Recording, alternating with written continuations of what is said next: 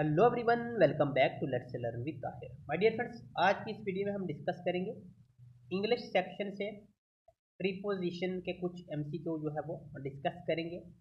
Preposition practice set हमारा ये बन रहेगा, इसके अंदर जो है वो कुछ इंपॉर्टेंट एमसीक्यू डिस्कस करेंगे हम। ये वीडियो जो है जितने भी आपके अपकमिंग एग्ज़ाम हैं उनके लिए इंफॉर्मेटिव रहेगी, क्योंकि आजकल हर एक एग्ज़ाम के अंदर जो है वो इंग्लिश 20 से 30 या 25 मार्क्स के बीच में जो है वो ज़रूर रहती है।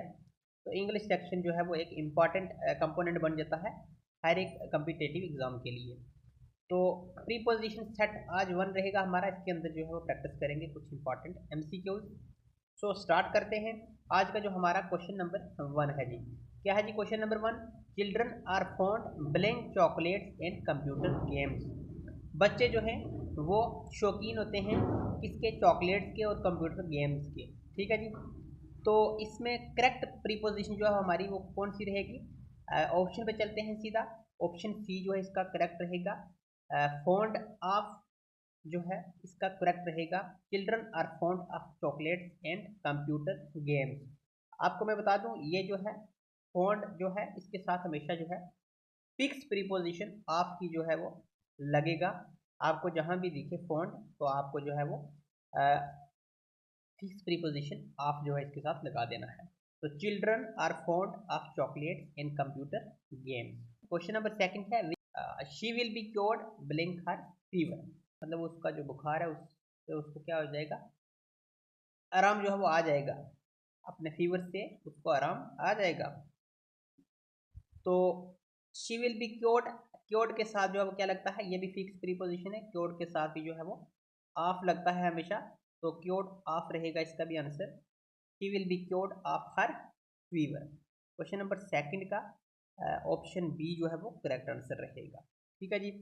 उसके बाद क्वेश्चन नंबर थर्ड है हमारे पास जी, she has great love blink her children. She has great love blink her children. तो इसकी अगर हम बात करें तो उसे अधिक प्यार है किसके लिए, अपने बच्चों के लिए जो है वो बहुत ज़्यादा प्यार करती है। तो बच्चों के लिए की सेंस आ रहा है, तो बच्चों के लिए सेंस के लिए हम क्या करेंगे, के लिए हमेशा क्या करते हैं हम, के लिए का जहाँ पर भी सेंस आता है वहाँ पे हम फॉर का इस्तेमाल करते हैं, फॉर का यूज़ करते हैं। तो यहाँ पे ऑप्शन ए करेक्ट रहेगा, she has great love for her children. ठीक है जी। क्वेश्चन नंबर थ्री का ऑप्शन जो है वो ए करेक्ट रहेगा। उसके बाद है जी अगर आप junior assistant, high court junior assistant, JKSSB junior assistant या बाकी किसी भी एग्ज़ाम के लिए तैयारी कर रहे हैं, रेलवे, एसएससी, तो उनके लिए ये वीडियो जो है इन्फॉर्मेटिव रहेगी, क्योंकि इंग्लिश जो है वो कंपोनेंट हर एक एग्ज़ाम के अंदर जो है वो आजकल देखने को मिलता है। उसके बाद है जी he appealed, question number four, he appealed blank the decision of the lower court. जो लवर कोर्ट का डिसीजन था उसके अगेंस्ट जो उसने क्या की, अपील किया। ठीक है। तो ये तो सीधा सीधा जो है वो क्वेश्चन नंबर फोर का ऑप्शन डी करेक्ट रहेगा, अगेंस्ट द डिसीजन। मतलब जो लवर कोर्ट ने डिसीजन दिया उसके अगेंस्ट उसने अपील की, है ना। तो he appealed against the decision of the lower court. To the decision नहीं आएगा, एट दी भी नहीं आएगा, विद भी नहीं आएगा, तो इसका करेक्ट ऑप्शन जो है वो डी रहेगा, against the decision. Question number four का डी आंसर जो है वो करेक्ट रहेगा। ठीक है जी। उसके बाद है जी हमारे पास question number five. Question number five है जी हमारे पास, he died blank cholera last week. तो पिछले हफ्ते जो है वो मर गया, किससे, कोलेरा यानी हैजा की बीमारी से पिछले हफ्ते जो है वो उसकी मृत्यु हो गई, डेथ हो गई उसकी। तो क्वेश्चन नंबर फाइव जो है इसका करेक्ट आंसर क्या रहेगा जी, क्वेश्चन नंबर फाइव का डाइट के साथ जो है वो ऑफ प्रीपोजिशन भी लगती है। इसका जो करेक्ट आंसर रहेगा वो है क्वेश्चन नंबर फाइव का ऑफ लगेगा यहाँ पे, he died of cholera. Died के साथ हमेशा जो है ऑफ फ्रॉम भी, ऑफ प्रीपोजिशन भी लगती है, उसके बाद फ्रॉम भी लगता है, उसके बाद इन भी लगता है। ठीक है जी। डाइड और उसके बाद फ्रॉम भी लगता है। डाइड ऑफ कोलेरा जब मृत्यु का कोई कारण बताया गया हो, डेथ का कोई कारण बताया गया हो, कि जैसे उसका ब्लड जो है वो लॉस होने से उसकी मृत्यु हो गई है, तो उसमें क्या आएगा जी, he died from loss of blood. तो अगर कारण नहीं बताया है तो उसके लिए क्या लगेगा, डाइट के साथ ऑफ लगेगा हमेशा। अगर डिजीज के बारे में बताया है तो कोलेरा क्या है, एक डिजीज है, हैजा की बीमारी जो है उससे उसकी मृत्यु हुई है, तो डाइट के साथ हमेशा ऑफ आएगा। अगर यहाँ पे कोई कारण बताया होता, due to loss of blood की वजह से वो मरा है, तो फिर क्या होगा इसका, ये यहाँ पे फ्रॉम लगता। इन कहाँ पे लगता है, इन लगता है जी एक्सीडेंट के अंदर, और फार भी जो है लगता है किसके लिए, डाइड फार भी लगता है। जैसे आपने अपने मुल्क के लिए जान दी है ना, he died for his nation, है ना। आप अगर एक्सीडेंट के अंदर किसी की डेथ हुई है तो उसको क्या बोलेंगे, he died in an accident, एक एक्सीडेंट के अंदर उसकी डेथ हुई है। तो ये आप याद रखें, डाइड के साथ जो है वो 3-4 प्रीपोजिशन लगती हैं, ऑफ भी लगती है, फ्रॉम भी लगती है, इन भी लगती है और फार भी लगती है। तो सिचुएशन देख के आपको लगानी होती है। तो क्वेश्चन नंबर 5 का जो आंसर रहेगा ऑफ रहेगा, he died of cholera last week, क्योंकि यहाँ पे डिजीज के कारण जो है उसकी मौत हुई है लास्ट वीक, पिछले हफ्ते, तो यहाँ पे ऑफ लगेगा। ठीक है जी। उसके बाद चलते हैं जी next question number 6, she was charged blank misappropriating company funds. तो उस पर किसका आरोप लगा है जी, कंपनी फंड्स जो है उसका मिस अप्रोप्रिएट करने से उसके ऊपर जो है वो चार्ज लगा है। तो चार्ज जो है ये क्या है हमारे पास, चार्ज जो है ये हमारे पास चार्ज फिक्स प्रीपोजिशन है, और इसके साथ हमेशा जो है चार्ज के साथ हमेशा विद प्रीपोजिशन लगेगी। क्या लगेगी, चार्ज के साथ हमेशा विद प्रीपोजिशन लगेगी।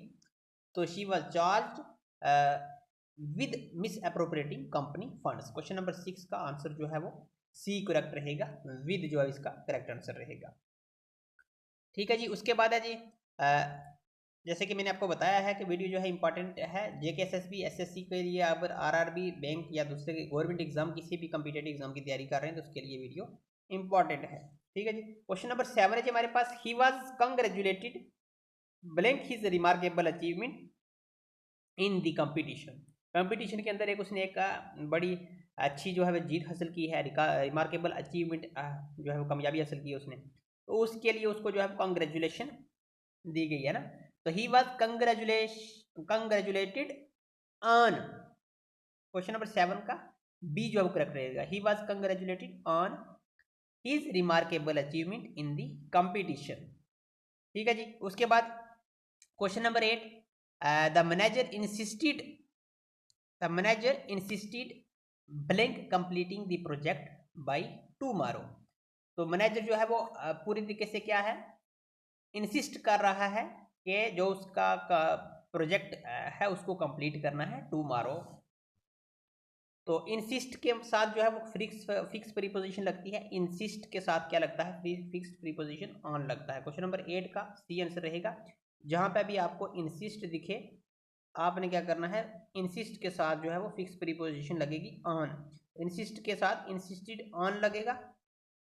और अगर आपको कंसिस्ट दिखे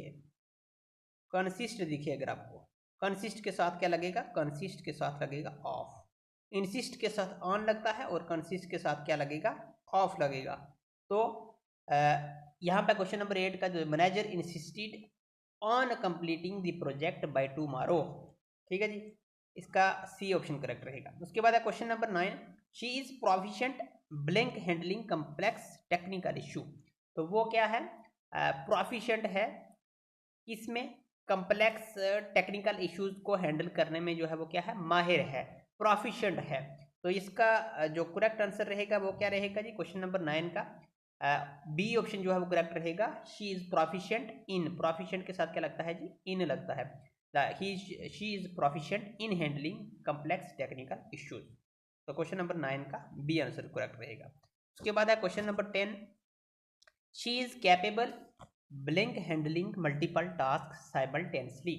तो वो क्या है, अहल है, कैपेबल है, क्या करने के लिए, मल्टीपल टास्क को एक साथ जो है वो हैंडल करने के लिए, है ना। तो इसका जो करेक्ट आंसर रहेगा वो क्या रहेगा जी, क्वेश्चन नंबर 10 का सी ऑप्शन जो है वो करेक्ट रहेगा, she is capable of. Capable के साथ भी जो है ऑफ लगता है, ये भी फिक्स्ड प्रीपोजिशन है, ये क्या है, फिक्स्ड प्रीपोजिशन है, इसके साथ भी जो है वो ऑफ लगेगा। She is capable of handling multiple task simultaneously. ठीक है जी। तो क्वेश्चन नंबर 10 का सी ऑप्शन जो है वो करेक्ट रहेगा। जैसे कि ये क्वेश्चन जो हमारे 10 आज कंप्लीट हो चुके हैं, प्रीपोजिशन के जो हमने डिस्कस करने थे, इन सब की जो आंसर की है वो आपको नीचे जो है इसी के साथ ही जो है मिल जाएगी। क्वेश्चन नंबर 1 का ऑफ, सेकंड का ऑफ, थर्ड का फॉर, फोर का अगेंस्ट, इस तरीके से आप 10 की जो है वो पूरी आपको आंसर की भी जो है वो साथ में मिल जाएगी। तो अगर आपको वीडियो इन्फॉर्मेटिव लगी है तो वीडियो को लाइक और चैनल को सब्सक्राइब जरूर कर लें, और साथ में लगी बेल आइकन को जरूर प्रेस करें ताकि आने वाली जो भी कोई नई अपडेट होगी उसकी नोटिफिकेशन आप तक ईजिली पहुंच जाए। सो मिलते हैं किसी नई वीडियो में नए टॉपिक के साथ, तब तक के लिए अल्लाह हाफिज़, गॉड ब्लेस यू ऑल।